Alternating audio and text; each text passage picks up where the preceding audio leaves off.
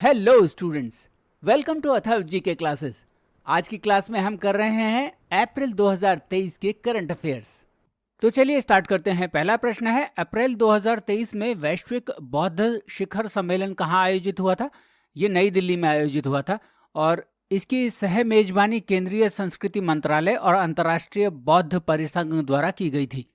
अगला प्रश्न है, हाल ही में किस नोबेल पुरस्कार विजेता को 64 वर्ष बाद व्यक्तिगत रूप से रमन मैग्सेसे पुरस्कार दिया गया है? दलाई लामा को। दलाई लामा को 1959 में मैग्सेसे पुरस्कार से सम्मानित किया गया था और उस समय क्योंकि वो तिब्बत से निर्वासित हो गए थे, इसलिए उनके भाई ग्यालो थोडेन ने उनकी ओर से इसे स्वीकार किया था। अब ये पुरस्कार दलाई लामा को व्यक्तिगत रूप से दिया गया है।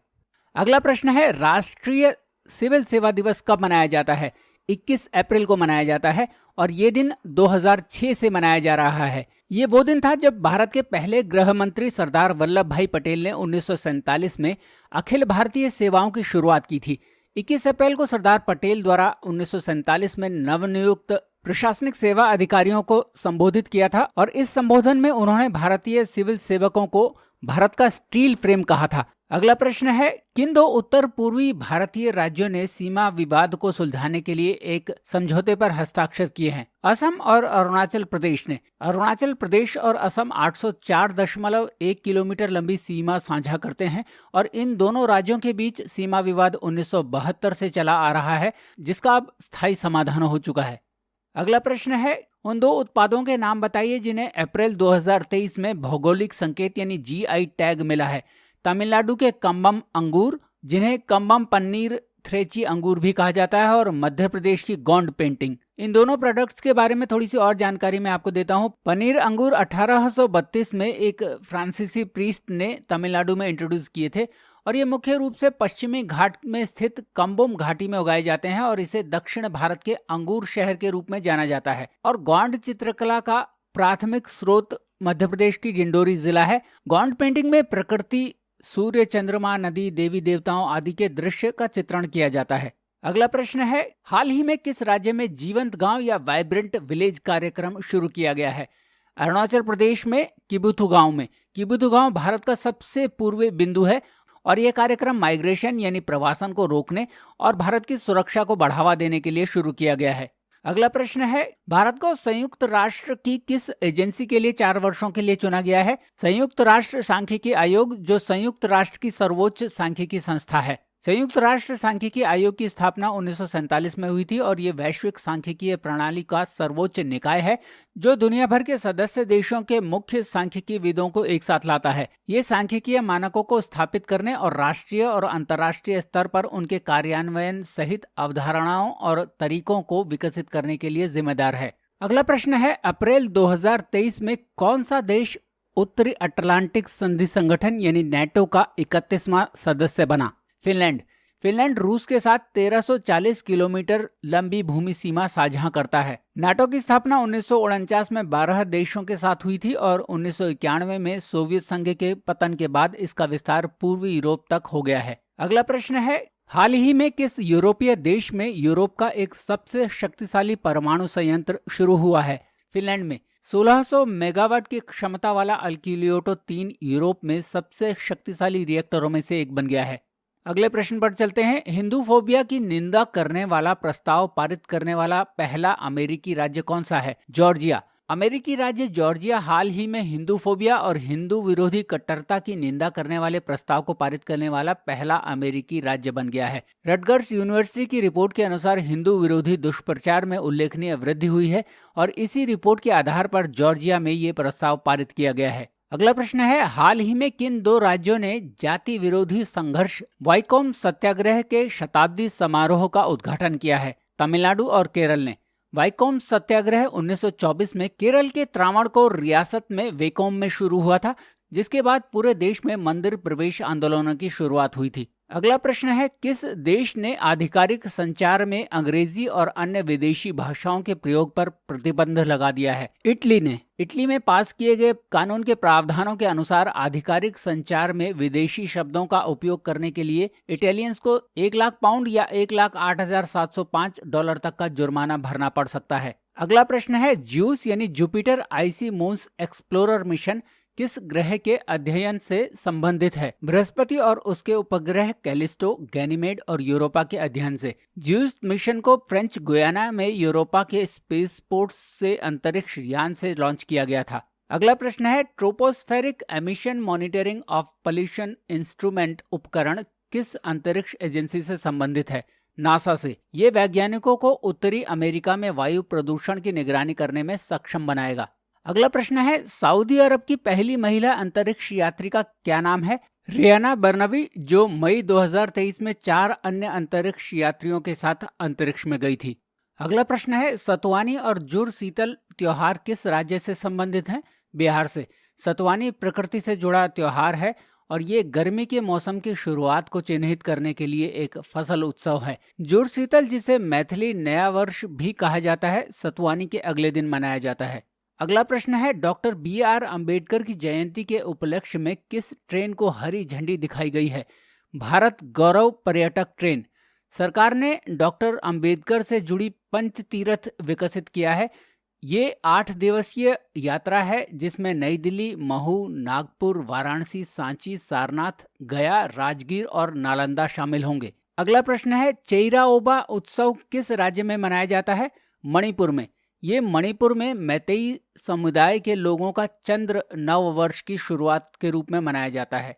अगला प्रश्न है, किस देश ने एक्सरसाइज ओरियन नामक सबसे बड़े बहुराष्ट्रीय युद्धाभ्यास की मेजबानी की है? फ्रांस ने।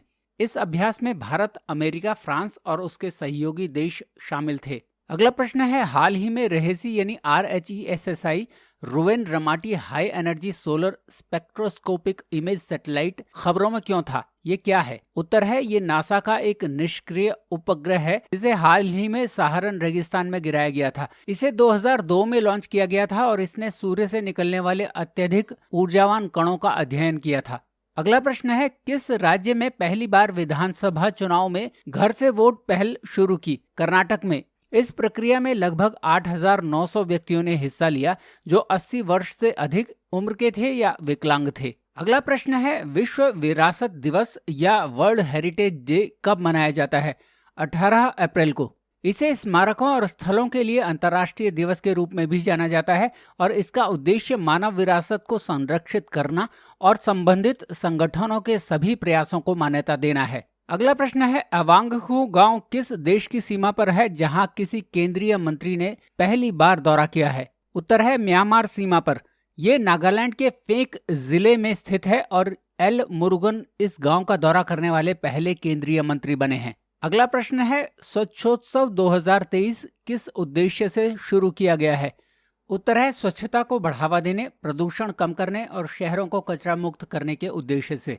अगला प्रश्न है, भारत का दूसरा सबसे बड़ा क्रिकेट स्टेडियम कहां बनने जा रहा है? जयपुर में। भारत का सबसे बड़ा स्टेडियम गुजरात में नरेंद्र मोदी स्टेडियम है जिसे पहले मोटेरा स्टेडियम के नाम से जाना जाता था। अगला प्रश्न है, स्टार स्पोर्ट्स ने किस फिल्म स्टार को अपना ब्रांड एम्बेसडर नियुक्त किया है? रणवीर सिंह को। अगला प्रश्न है, सबसे अधिक फॉलो किए जाने वाले ट्विटर उपयोगकर्ता के रूप में कौन उभरा है? इलॉन मस्क, जो ट्विटर के ओनर भी हैं। दूसरे नंबर पर बराक ओबामा हैं जो USA के एक्स प्रेसिडेंट हैं।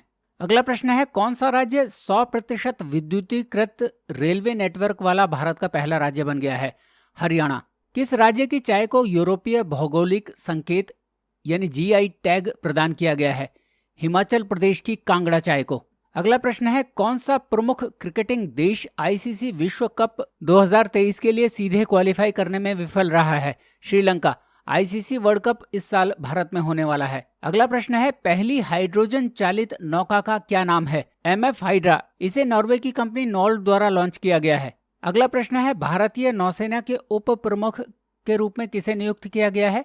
वाइस एडमिरल संजय जसजीत सिंह को। अगला प्रश्न है, हाल ही में RBI के कार्यकारी निदेशक के रूप में किसे नियुक्त किया गया है? नीरज निगम को। उन्हें 3 साल के कार्यकाल के लिए नियुक्त किया गया है। एग्जीक्यूटिव डायरेक्टर RBI की हायरार्की में तीसरे नंबर का पद है। एग्जीक्यूटिव डायरेक्टर के ऊपर डेप्यूटी गवर्नर और फिर गवर्नर का पद आता है। अगला प्रश्न है, किस टाइगर रिजर्व ने प्रोजेक्ट टाइगर रिजर्व के रूप में 50 साल पूरे किए हैं? उत्तर है, कर्नाटक में बांदीपुर टाइगर रिजर्व। इस रिजर्व को 1973 में लॉन्च किया गया था। अगला प्रश्न है, किस देश ने ओफेक 13 नामक नया जासूसी उपग्रह लॉन्च किया है? इजराइल ने। अगला प्रश्न है, हाल ही में बनारस के किस प्रसिद्ध वस्तु को जीआई प्रमाणन दिया गया है? उत्तर है बनारसी पान को। अगला प्रश्न है, किस देश ने फीफा अंडर 17 विश्व कप 2023 के मेजबान पद से अपना नाम वापस ले लिया है? उत्तर है पेरू ने। अब ये टूर्नामेंट इंडोनेशिया में आयोजित किया जाएगा। अगला प्रश्न है, पुरुष T20 मैच में एम्पायरिंग करने वाली पहली महिला अंपायर कौन बन गई हैं? उत्तर है किम कॉटन। ये न्यूजीलैंड की अंपायर है जिन्होंने वेलिंगटन में न्यूजीलैंड और पाकिस्तान के बीच मैच में एम्पायरिंग की थी। अगला प्रश्न है, पोलैंड के सर्वोच्च पुरस्कार से किसे सम्मानित किया गया है? उत्तर है यूक्रेन के राष्ट्रपति व्लादिमीर जेलेंस्की को पोलैंड का सर्वोच्च पुरस्कार order of the white eagle से सम्मानित किया गया है। अगला प्रश्न है, बिहार और छत्तीसगढ़ के चावल की किस किस्म को जीआई टैग से सम्मानित किया गया है? उत्तर है बिहार के मरचा चावल, जो विशेष रूप से बिहार के पश्चिमी चंपारण में उत्पादित होता है, और छत्तीसगढ़ से नगरी दुबराज नामक चावल की किस्म को जीआई टैग दिया गया है। अगला प्रश्न है, कौन सा देश हाल ही में सोने का सबसे बड़ा आयातक बनकर उभरा है? उत्तर है भारत। अगला प्रश्न है, किस स्वतंत्रता सेनानी की जयंती को स्वतंत्र वीर गौरव दिन के रूप में मनाया गया है? विनायक दामोदर सावरकर की जयंती को। अगला प्रश्न है, किस राज्य ने राज्य के दूर दराज के क्षेत्रों में चिकित्सा सहायता प्रदान करने के लिए संजीवनी परियोजना शुरू की है? उत्तर है हिमाचल प्रदेश ने। अगला प्रश्न है, H3N1 क्या है?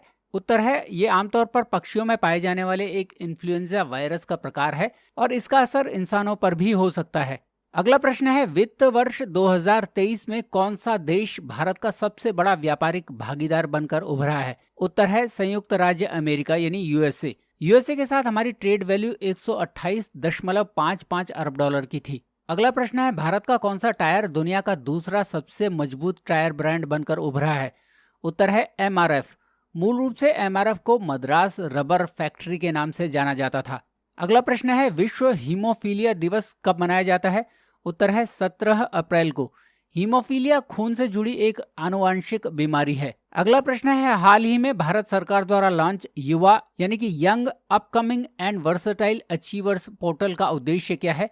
उत्तर है युवाओं का कौशल विकास, उद्यमिता और करियर मार्गदर्शन के अवसर प्रदान करना, उन्हें सशक्त बनाए रखना, ये इसका उद्देश्य है। अगला प्रश्न है, सचिन @50 सेलिब्रेटिंग ए माइस्ट्रो, ये पुस्तक किसने लिखी है? उत्तर है बोरिया मजुमदार ने। अगला प्रश्न है, उत्तराखंड के किस गांव को प्रथम भारतीय गांव के रूप में मान्यता प्राप्त हुई है? उत्तर है माणा गांव, जिसे पहले अंतिम भारतीय गांव कहा जाता था। अगला प्रश्न है, भारत सरकार ने किस उद्देश्य से ऑपरेशन कावेरी चलाया है? उत्तर है युद्धग्रस्त सूडान से भारतीय नागरिकों को निकालने के लिए। अगला प्रश्न है, अगला राष्ट्रीय खेल अक्टूबर 2023 में कहां आयोजित किया जाएगा? उत्तर है गोवा में।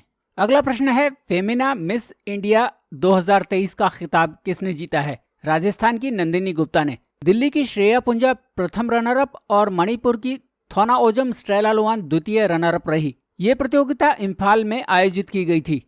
अगला प्रश्न है, कौन सा श्रीलंकाई क्रिकेटर टेस्ट क्रिकेट में सबसे तेज 50 विकेट लेने वाला गेंदबाज बन गया है? प्रभात जयसूर्या। उन्होंने केवल 7 टेस्ट मैचों में 50 टेस्ट विकेट ले लिए। हाल ही में उन्होंने आयरलैंड के खिलाफ टेस्ट मैच में ये मुकाम हासिल किया। अगला प्रश्न है, विश्व शतरंज चैंपियनशिप जीतने वाले पहले चीनी खिलाड़ी कौन बने हैं?